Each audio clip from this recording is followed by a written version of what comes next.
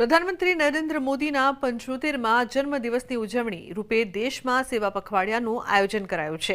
ત્યારે અમદાવાદના વસ્ત્રાપુર ખાતે નમો યુવા રન ફોર નશામુક્ત ભારતનું આયોજન કરાયું છે। આરોગ્ય મંત્રી ઋષિકેશ પટેલ, ભાજપના યુવા મોરચાના કાર્યકર્તાઓ હાજર રહ્યા હતા। મોટી સંખ્યામાં શહેરીજનો મેરેથોનમાં જોડાયા હતા। तो मोटी संख्या में शहरीजनों पण खास भाग लीधो हतो। उल्लेखनीय है कि जे प्रकारनी आ उजवणी करवामां आवी रही छे, देश में सेवा पखवाडियानुं आयोजन करायुं छे। એટલું જ કહીશ કે ઓફકોર્સ જે રીતે અત્યારે સમય એવો ચાલી રહ્યો છે, આપ સૌ કદાચ કોઈ નશામાં હોય તો પ્લીઝ મુક્ત થઈ જાઓ એમાંથી। આપણે સૌ નશામુક્ત ભારત માટે સૌએ સાથે રહેવાનું છે અને ભારત માટે કામ કરવાનું છે, દેશ માટે કામ કરવાનું છે। અને જે પણ લોકો કોઈ પણ કુટેવમાં હોય પ્લીઝ બહાર આવી જાય અને નશામુક્ત ભારતમાં આપ સૌ જોડાઓ અને નશામુક્ત રહો, હેલ્ધી રહો, એવી બેસ્ટ વિશેસ।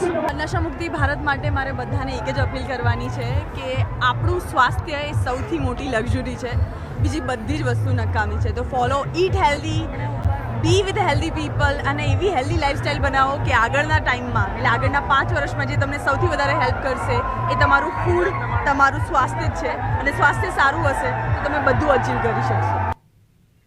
વરસાદે વિરામ લેતા લોકો ગરમી અને ઉકળાટથી હેરાન પરેશાન છે।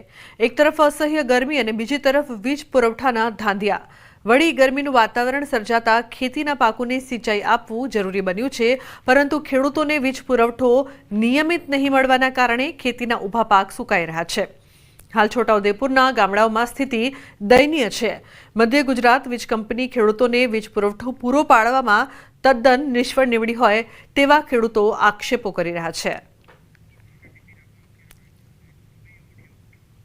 મારો છોકરો કે બાતે બધો અંધારામાં અમે હોઈએ એટલે લાઇટ વાળાને અમે કહેતા આજે આવશે, કાલે આવશે કરીને વાયદા કરી આજુ પૂરા મહિનો થયો। અરજી એટલે અરજી તો સાહેબ આવેલો પૂનમના દાડે, રક્ષાબંધનના દિવસે ડીપી ભરી ગઈ। તે દાડે સાહેબને બોલાવ્યા હેલ્પરને, પણ આવ્યા નહીં, પેલું કીચડ ઉઠતું એટલે તેની પછી અઠવાડિયા પછી બીજા શનિવારે બોલાવ્યા તો આવીને પછી આ અરજી આલી, પણ હજુ ડીપીનો કોઈ પતો છે નહીં। આ 3016 અમે નોનાથી નીંદીએ ગોળીએ બધી મહેનત કરીએ છે, પણ અત્યારે લાઇટ મળતી નથી। અમને ડોલે ડોલે પાણી સોટીએ છે, ચેટાથી લાવીને દૂરથી। એમ કદાચ આ ટોમેટીની અંદર અમે આ પાણી તો મળતું નથી, લાઇટ આવતી નથી એટલે પાણી ભરાતું નથી। આ ટોમેટી કદાચ મરી ગઈ તો અમારા પૈસા જે હોતા એ તો જવાના। અમારે આ વરસાદ ગયા પછી આ ડીપી ની ચકાસણી કરવા બગડી, એનો રિપોર્ટ કરાવે 1 મહિનો ઉપર થયો સમય। અહીંના સ્થાનિક હેલ્પર રાજુભાઈ એમને અમે જાણ કરી, એમને આવ્યા, સ્થળ પર રિપોર્ટ કર્યો, તમારે ડીપી બદલવી પડશે, તો એમને એમની રીતે કાગળો કરી રિપોર્ટ કર્યો। આજે 1 અઠવાડિયાથી હું દરરોજ સવાર સાંજ ફોન કરું છું તો કે રસ્તો નથી, રસ્તો બંને પુલ બગડેલા છે, તો કઈ રીતે તમારે ત્યાં ડીપી આવે? તો પ્રી મોન્સૂન કામગીરીના નામે પણ મીંડું જોવા મળી રહ્યું છે। ચોમાસા પહેલા કોઈ કામગીરી નહીં કરવાના કારણે વીજ લાઈનો ઉપર વેલાઓ કબજો જમાવી દીધો છે, જેથી વીજ લાઈનમાં ફોલ્ટ સર્જાતા વીજ પુરવઠો ખોરવાય છે। વીજ કંપનીના અધિકારીઓ નિયમિત વીજ પુરવઠો આપે તેવી ખેડૂતો માંગ કરી રહ્યા છે।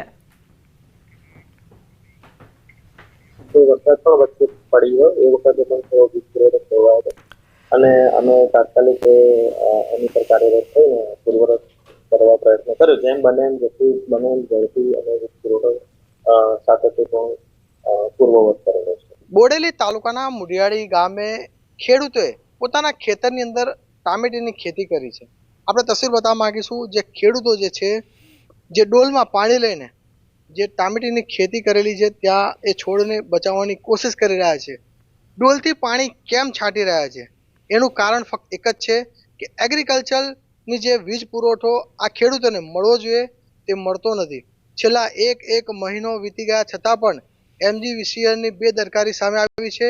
આપ જોઈ શકો છો જે ખેડૂતો જે મહેનત કરી રહ્યા છે, પરંતુ MGVCLના અધિકારીઓ સરકારી પગાર લેવા છતાં પણ તેઓ આ વિસ્તારના ખેડૂતોની જે મહેનત જે કરી રહ્યા છે તેની ચિંતા કરતા નથી।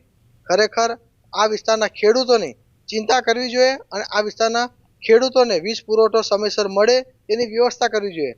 આ સાલ સારું ચોમાસું રહ્યું છે, સારો વરસાદ રહ્યો છે, જેના કારણે બોર, કુવા છલકાયા છે, પરંતુ વીજ પુરવઠો ના હોય તો આ વિસ્તારના ખેડૂતો કઈ રીતે ખેડૂતોને પોતાના ખેતરની અંદર પાણી વારી શકે. તેના જ કારણે આજે આ ખેડૂતો જે છે પોતે મહેનત કરી રહ્યા છે અને પોતાનો જે ટામેટાનો જે છોડ છે તેને બચાવવાની કોશિશ કરી રહ્યા છે. પરંતુ આ વિસ્તારના અધિકારીઓ, MG વિસિલના અધિકારીઓ આ